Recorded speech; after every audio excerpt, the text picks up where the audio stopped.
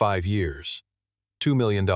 17 specialists flown in from 3 continents. And Evelyn's Ferrari still sat in the garage like an unsolvable equation, cold, silent, untouched by all of it. No one could explain why that legendary engine refused to start.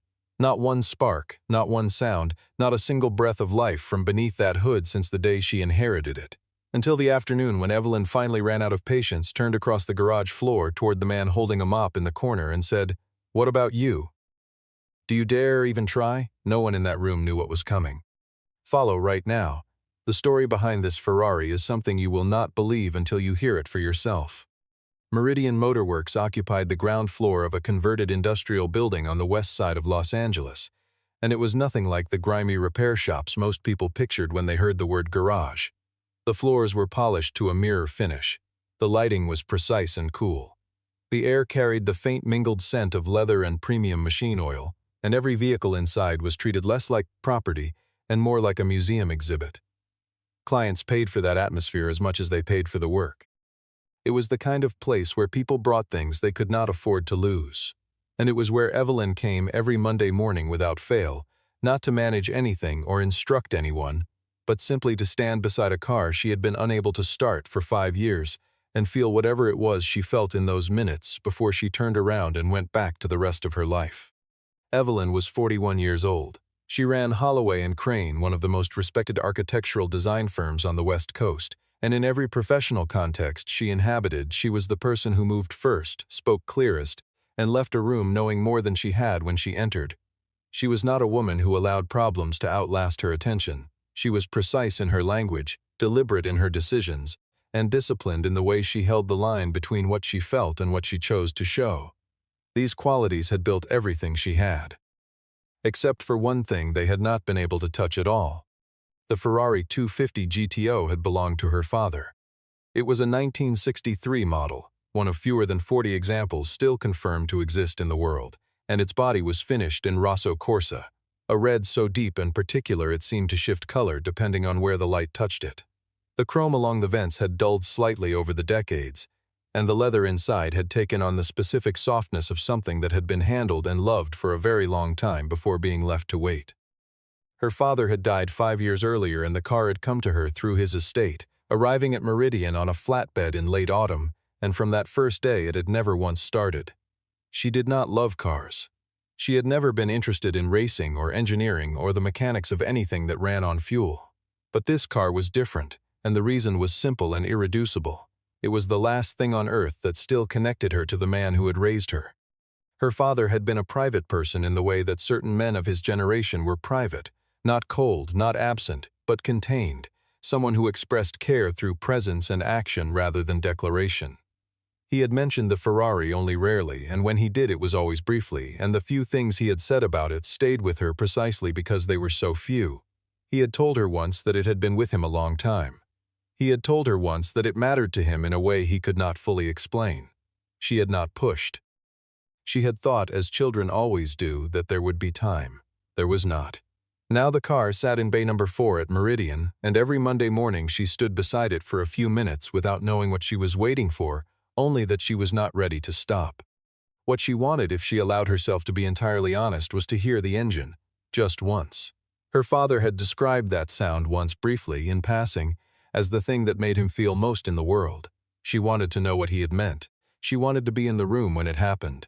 That Monday in late October she stood beside the car longer than usual, her hand resting on the roof, the metal cold beneath her palm.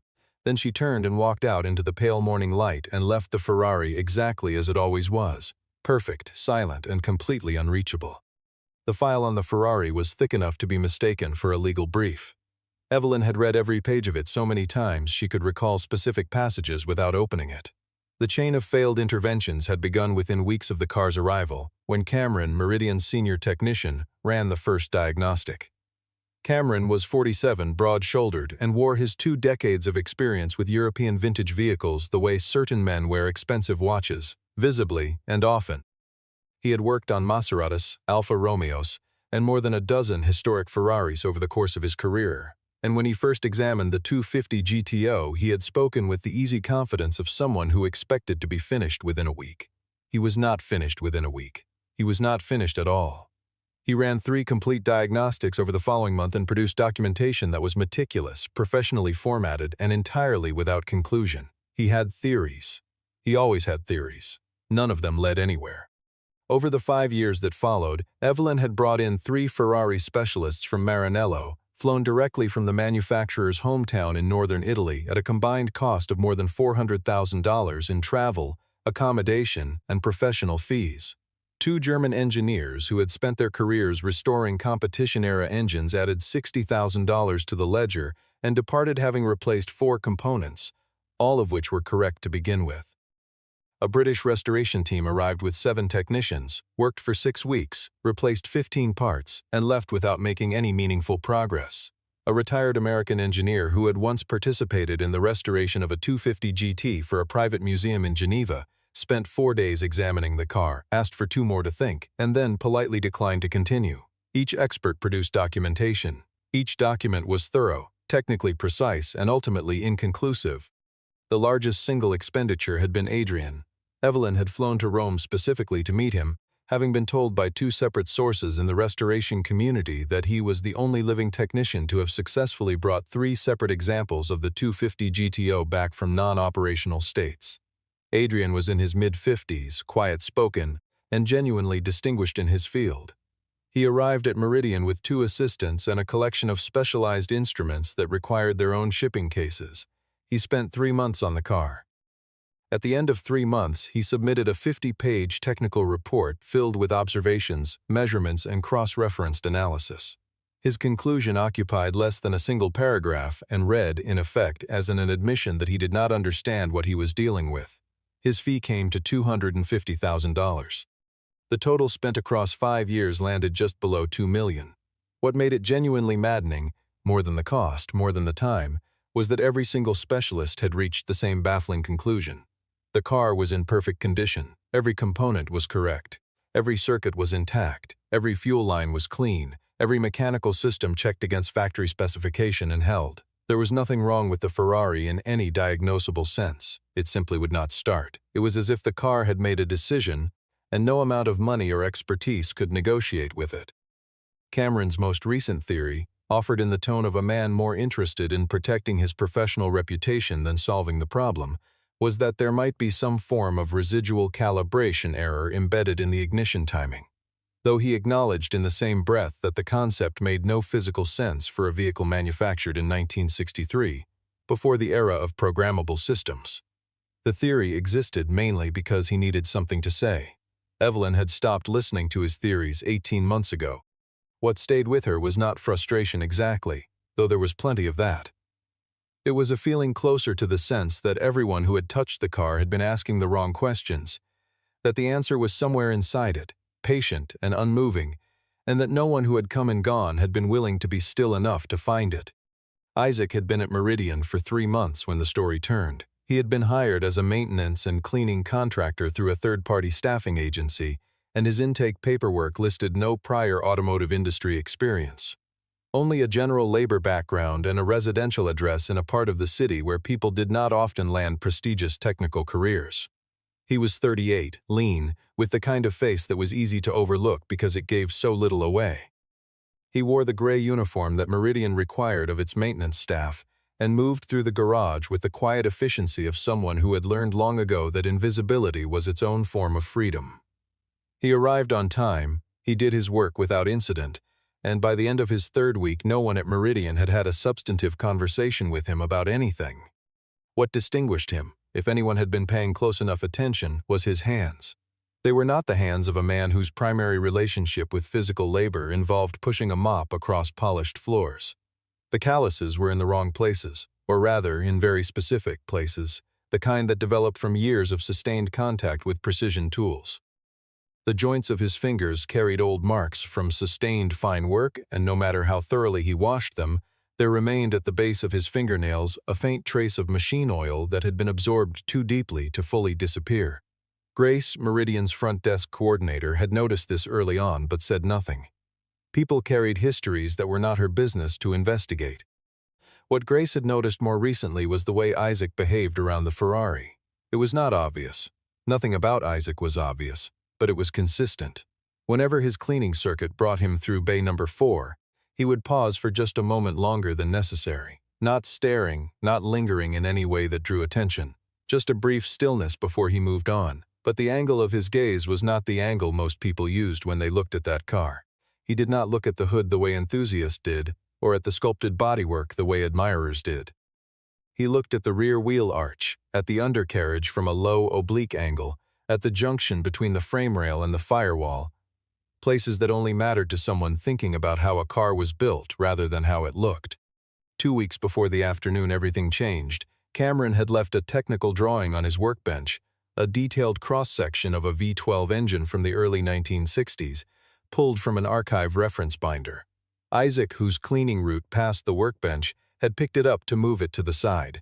He had held it for 13 seconds before setting it down. Grace had been watching from across the room and had counted, though she could not have said why. The drawing had been upside down when he picked it up. He had turned it the right way around without thinking.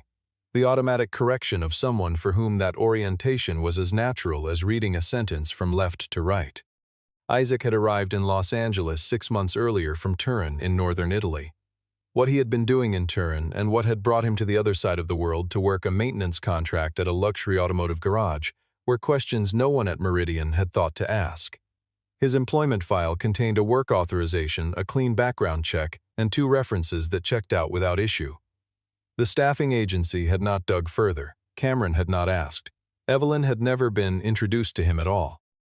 In Turin, if one knew where to look, the name Isaac still circulated among a small and close-kept group of retired technical engineers who had spent their careers working on historic vehicles. It was spoken in a particular way, not loudly, not often, but with a quality of weight that attached to names people associated with something significant that had ended badly. Whether that ending had been a failure or a punishment depended entirely on who was speaking. The people who had worked alongside him described it one way.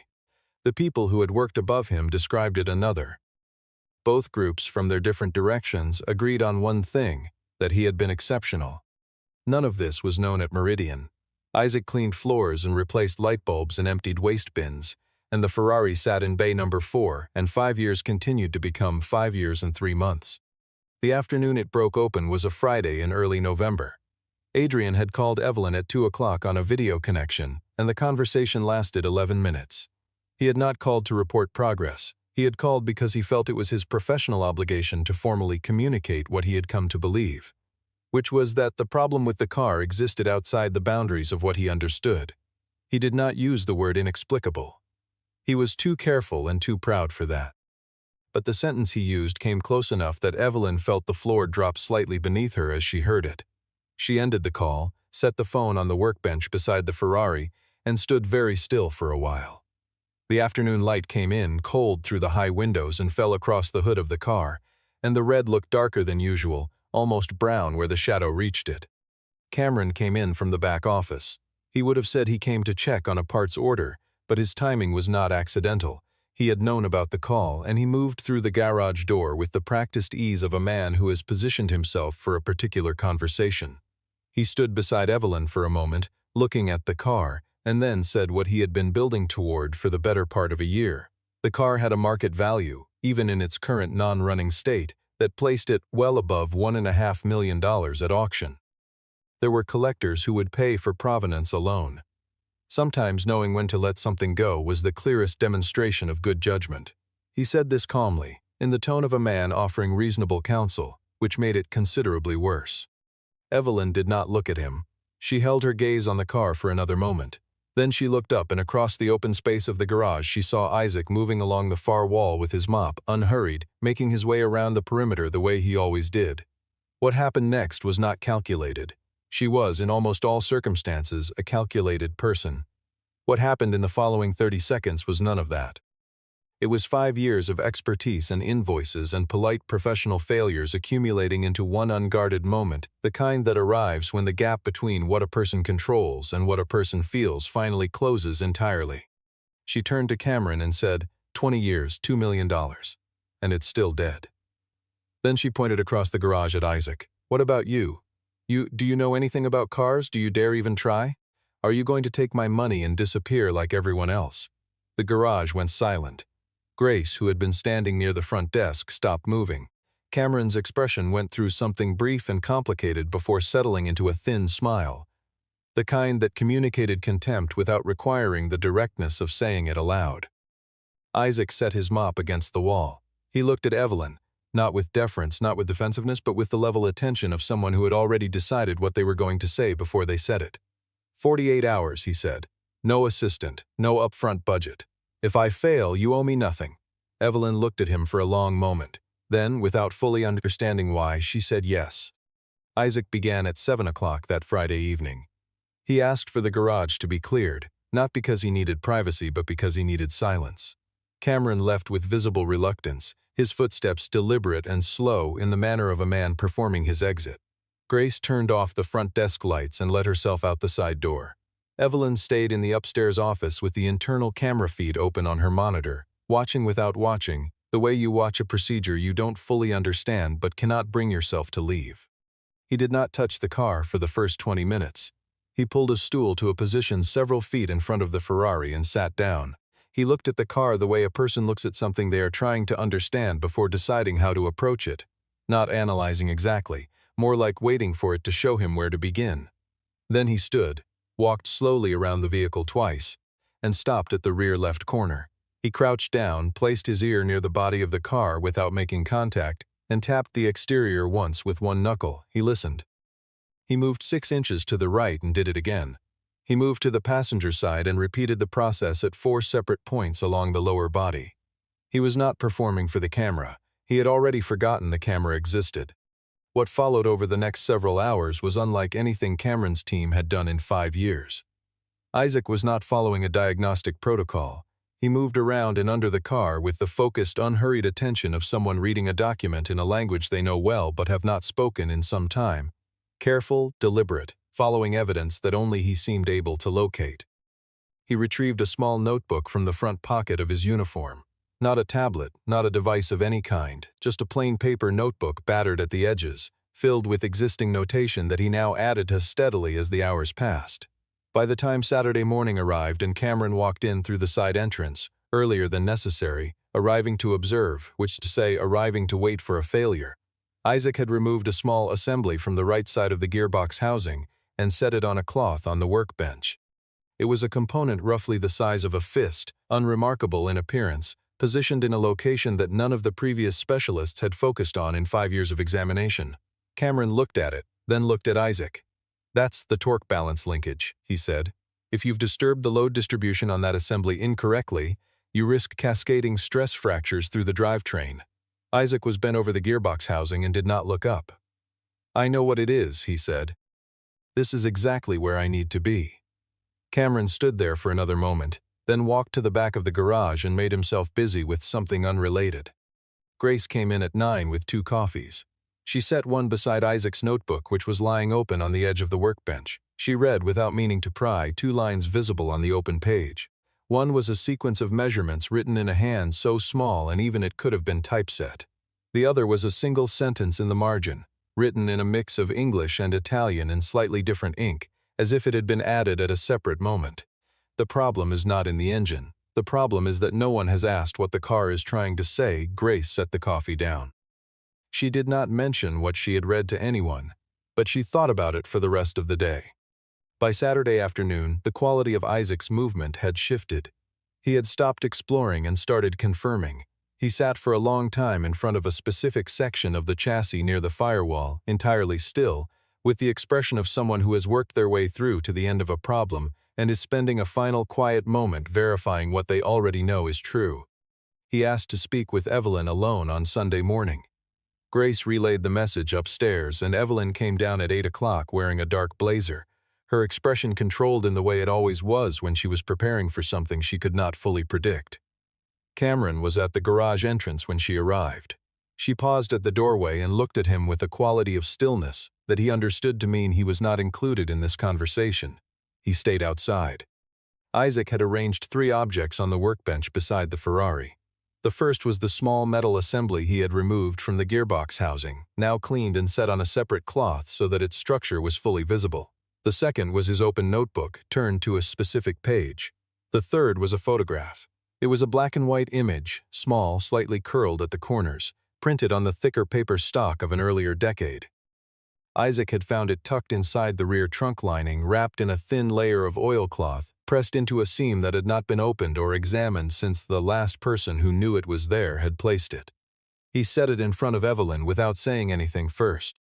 The photograph showed a man standing beside this Ferrari, identifiable by a specific unrepeated imperfection on the front left fender, a flaw so small it was easy to miss but exact enough to be certain, at what appeared to be a European racing circuit on a clear day. In the lower corner, written in Italian in a hand she did not recognize at first and then slowly did sempre tua.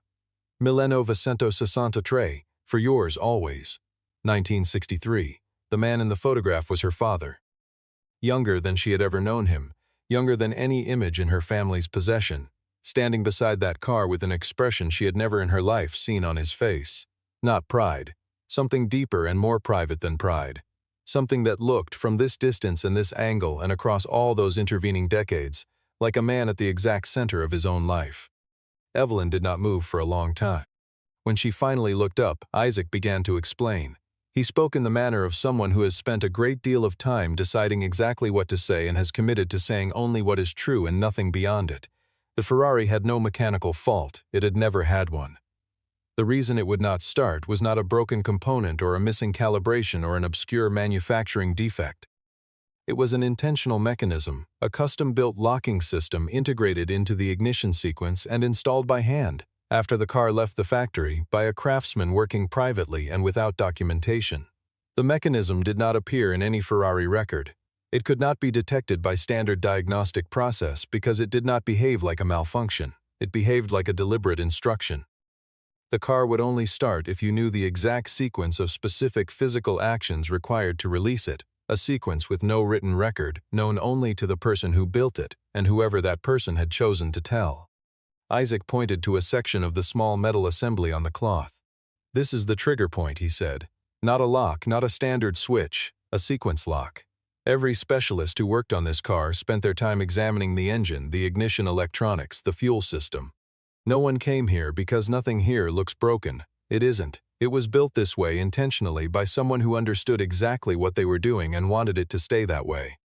Evelyn asked the question she had been holding since he began. "How do you know this?" Isaac paused, the first pause she had seen from him in 2 full days. Something passed across his face in that pause, not quite emotion and not quite its absence, but something occupying the space between. "Because I have seen this mechanism before," he said, "once. In Turin, built by the same man." The garage was entirely quiet. Outside, Cameron had moved closer to the door. Evelyn could see from the shadow through the frosted glass panel that he had been listening. She did not address this yet. Cameron pushed the door open. He looked at Isaac with the particular flatness of a man whose professional authority has been quietly bypassed by someone he had never once considered a threat. "That is a very compelling story," he said, "but you still haven't started the car." Isaac looked at him for exactly as long as it took to let the statement stand on its own weight without adding to it. Then he turned back to Evelyn. "I need another 24 hours, he said, "and I need you to be present when I finish." Cameron made a phone call that afternoon to Adrian. He framed it as professional courtesy, informing the recently retained specialist of a new development. What it actually was, and what Cameron understood it to be at some level he preferred not to examine, was an attempt to reassemble a room of credentialed witnesses before an outcome he could neither take credit for nor dismiss. Adrian arrived the following morning without his assistance, without the instrument cases, and without the optimism of his first visit. He listened while Cameron offered a summary of Isaac's claimed discovery. His expression throughout was careful and perfectly neutral, the polished blankness of a specialist who has learned not to forecast. When Cameron finished, Adrian said nothing for a moment. Then he simply asked where Isaac was. Isaac was in the garage where he had been through the night. Grace had brought food down at 11 the previous evening. He had thanked her briefly and absently, in the way of someone whose attention was too fully occupied to disengage even for courtesy, and she had left the plate and gone back upstairs. At the doorway she had paused and looked back. He was working under a single adjustable lamp bent close over the gearbox assembly, moving with the precise and unhurried focus of a person who is not working against a deadline because they already know how the story ends. Evelyn had not slept much. She lay in the upstairs office with her phone on her chest and the ceiling above her, thinking about the photograph, about the Italian phrase, about the expression on her father's face that she had never seen anywhere in 30 years of knowing him. After midnight, she made a phone call to Gerald Whitmore, who had served as her father's attorney for nearly 3 decades, and was the last person still living who might know something about the years her father had never described. The call was short. When it was over, she put her phone down and stared at the ceiling for 15 minutes without moving. She did not go down to the garage that night, but she stood in the doorway at 2 in the morning, looking in without turning on the overhead lights. Isaac was still at the workbench. He did not look up. She left without saying anything, and later she would not be entirely certain whether he had known she was there. Isaac appeared in the doorway of Evelyn's office at 11 o'clock on Monday morning. He looked like a man who had worked for 3 days without adequate sleep and had not yet decided whether the investment had been worth it. But his eyes were entirely clear. "Are you ready?" he said. She had been ready since 2 in the morning, though she would not have used those words. They came down to the garage together. Cameron was already there, standing near the driver's side of the Ferrari with his arms crossed in the manner of a man who has prepared 2 different speeches and is waiting to determine which one the situation requires. Adrian stood near the side door, separate from the group, his expression the carefully maintained neutrality of a professional who has learned not to forecast. Grace stood near the workbench, holding nothing, watching everything. Isaac walked to the passenger side and opened the door. He stood for a moment at the threshold looking at the interior, the leather, the instruments, the steering wheel, in the way of someone crossing a threshold they have been considering for some time. Then he lowered himself into the driver's seat. What he did next was not what anyone watching expected. He did not reach for the ignition key. He placed both hands on the steering wheel first at specific positions, 10 o'clock and 7 o'clock, not the natural grip of a driver preparing to move but the deliberate placement of someone executing a sequence. He adjusted the seat position by a precise increment, moving it back until a specific alignment was achieved. He reached down and adjusted the rearview mirror without looking into it. He placed his left hand flat on the dashboard for a moment, held it there, then withdrew it. Only then did he reach for the key. He turned it. The Ferrari 250 GTO started on the first attempt. The sound that came from beneath that hood was not the labored turnover of a machine waking reluctantly from a long dormancy. It was immediate and full and total, a V12 engine finding its voice after 5 years of silence as though it had never stopped, as though it had simply been waiting for someone to ask correctly. The sound filled the garage entirely, resonating off the polished concrete floor and the high ceiling and the glass panels of the partitions, and it was exactly what Evelyn's father had once told her it would be, and she understood at once and completely what he had meant. Less like a machine, more like something alive. Evelyn took 2 steps forward before she was aware she had moved. She stopped at the driver's side window. She looked in at Isaac, who was watching the instrument panel rather than the people around him, his expression composed and unreadable. Then she did something that no one in the garage had anticipated. She knelt down so that she was at eye level with the door, placed her palm flat against the roof of the car, and closed her eyes. No one spoke. The engine ran clean and steady. Grace pressed her fingers together at her sides. Even Cameron for a moment was entirely still. Isaac turned the key back. The engine stopped. He stepped out. Cameron spoke first. His voice was controlled in the way voices are controlled when they are covering something less steady beneath. "That sequence you used," he said. "There's no record of that anywhere. Where did it come from?" Isaac said. "From the person who designed it." "Cameron, and who was that?" "Someone who didn't want it written down." Cameron held his position for another moment, then shifted his approach to the question he had been building toward all morning. "Then let me ask you something simpler. Who exactly are you?" Isaac looked at Adrian before he answered. He held the eye contact for a measured moment. "You were the technical supervisor on the Lusso restoration in Turin in 2009, he said. "I was the lead engineer on that project." Something moved through Adrian's expression, involuntary, brief, and impossible to fully suppress. His mouth opened slightly, then closed. Isaac turned to Evelyn. He spoke without hurry and without performance, in the tone of someone discharging an obligation that has been deferred too long. He had spent 14 years at Ferrari as a specialist in historic vehicle restoration and custom mechanical design.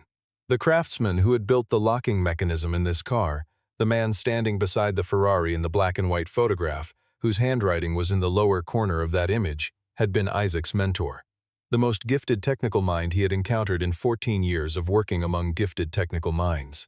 And in his entire career, that man had built this kind of mechanism for exactly 2 cars. What happened to the other one? Evelyn said. It was destroyed, Isaac said, in an accident, in 1971. Evelyn was very still.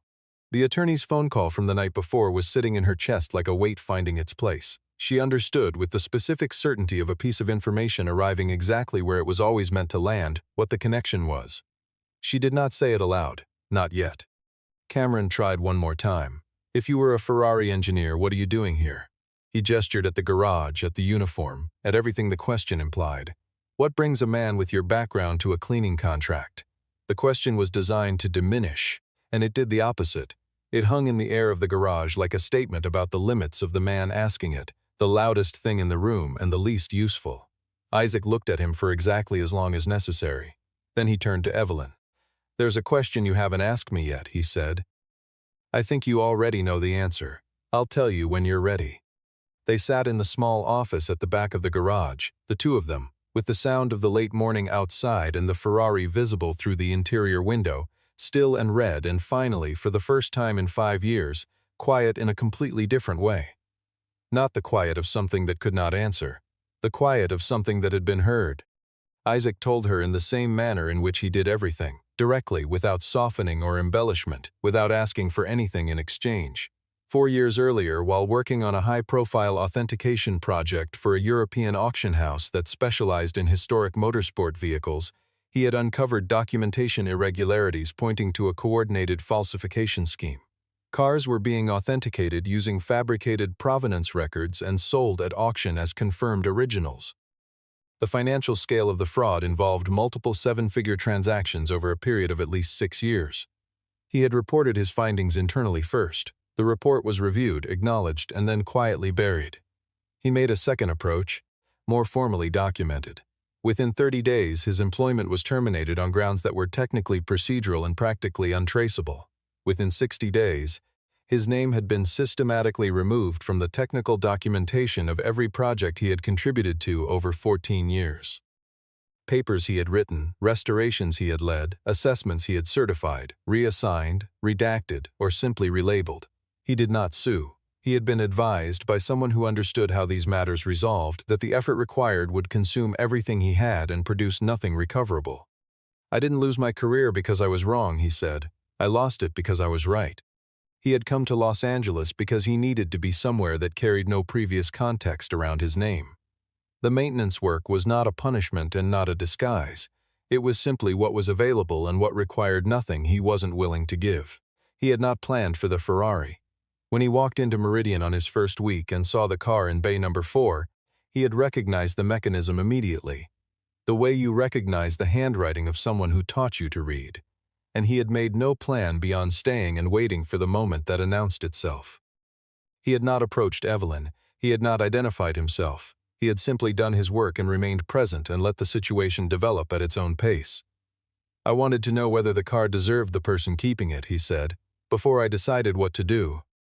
Evelyn listened to all of it without interrupting. When he finished, she looked at her hands for a moment. The engine had run. Her father's photograph was in her jacket pocket. The Italian handwriting was still sitting in her memory like something she had been trying to translate for years and had only just now understood. She thought about the attorney's call from the night before, about the year 1963, about all the years between then and a Friday afternoon when she had pointed at a man holding a mop and said, without thinking, the truest thing she had said in 5 years. Do you dare even try? You did something that $2 million couldn't do, she said quietly. Isaac's answer was immediate. You don't owe me anything. Cameron submitted his resignation the same afternoon by email, in language that was carefully professional and said nothing true. He framed it as a mutual transition, designed to suggest a choice freely made rather than a position that had become untenable. Evelyn read the email once, forwarded it to the staffing firm, and did not write back. Adrian's departure was different in kind and considerably more honest. He found Isaac in the garage in the late afternoon while Isaac was returning tools to their positions and organizing the workbench with the unhurried attention of someone who has finished a thing properly. Adrian stopped a short distance away and stood in the specific silence of a man who has something to say but is uncertain he has earned the right. Then he spoke in Italian, quietly, without audience.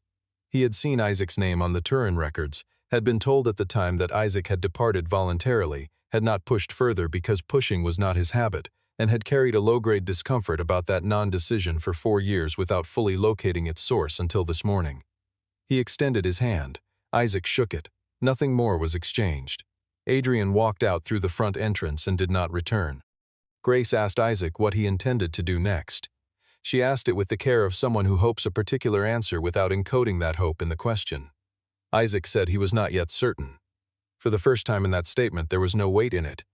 Not the answer of a man without options, but of a man standing before more of them than he had faced in several years, in no particular hurry to choose. Evelyn gave instructions that the complete technical record of the locking mechanism, every notation Isaac had made, every measurement, every step of the sequence, be archived privately in the Ferrari's file, accessible only by her direct authorization. The mechanism itself was restored to its original position in the gearbox housing, functional and intact. The photograph was returned to its place in the trunk lining, wrapped again in oilcloth, pressed into the same seam. Some things were meant to stay exactly where they were. A week later, Evelyn drove the Ferrari for the first time. Not on a highway, not anywhere that required performance or display, only through the wide, empty lot of a waterfront warehouse complex that her firm was currently designing, a vast, open concrete space temporarily free of everything. She drove it slowly, both hands on the wheel, and the engine ran beneath her exactly as it had run in the garage, full and immediate and alive. She stopped near the far edge of the lot and turned the engine off. She sat in the car for several minutes without getting out. The windshield caught the afternoon light and held it. Whatever was happening in her face during those minutes belonged only to her. Isaac was standing near the warehouse wall when she pulled back in. He had not been summoned. He had arrived in the way he arrived at most things. Quietly, without announcement, at the moment that was simply right, he watched the car decelerate and come to a stop. When Evelyn stepped out and walked toward him across the concrete, he could see from her expression that whatever she had needed to do inside that car, she had done it. She stopped a few feet away. Neither of them spoke for a moment. "There's a position I need to fill," she said eventually. "Technical Director for the Special Assets Preservation Division. It isn't an automotive role specifically, it's broader than that. The work is about ensuring that things of genuine significance don't disappear because no one was patient enough to understand them." She paused. "That's either a job description or a different kind of statement. I'm not entirely certain which." Isaac looked at her with the level attention she had come to recognize, the quality of listening that was also a quality of genuinely considering. "Are you offering or asking?" he said. "Both," she said. The space between them held, not uncomfortably. The way silence holds between two people who have stopped performing indifference and have not yet decided what comes next, but are no longer in any hurry to force the question. Isaac looked back at the Ferrari parked in the afternoon light with the Rosso Corsa catching the last warmth of the day and returning it differently than it received it. The way certain things do when they have finally been allowed to be what they always were. Then he looked at Evelyn. And for the first time since the morning 3 months earlier when he had walked into Meridian Motorworks carrying a gray uniform and everything else he carried that no one had thought to ask about, Isaac smiled. Not a polite smile. Not a careful smile held at the correct distance. The smile of a man who has set something down after carrying it for a long time, and found in the setting down that his hands were still good.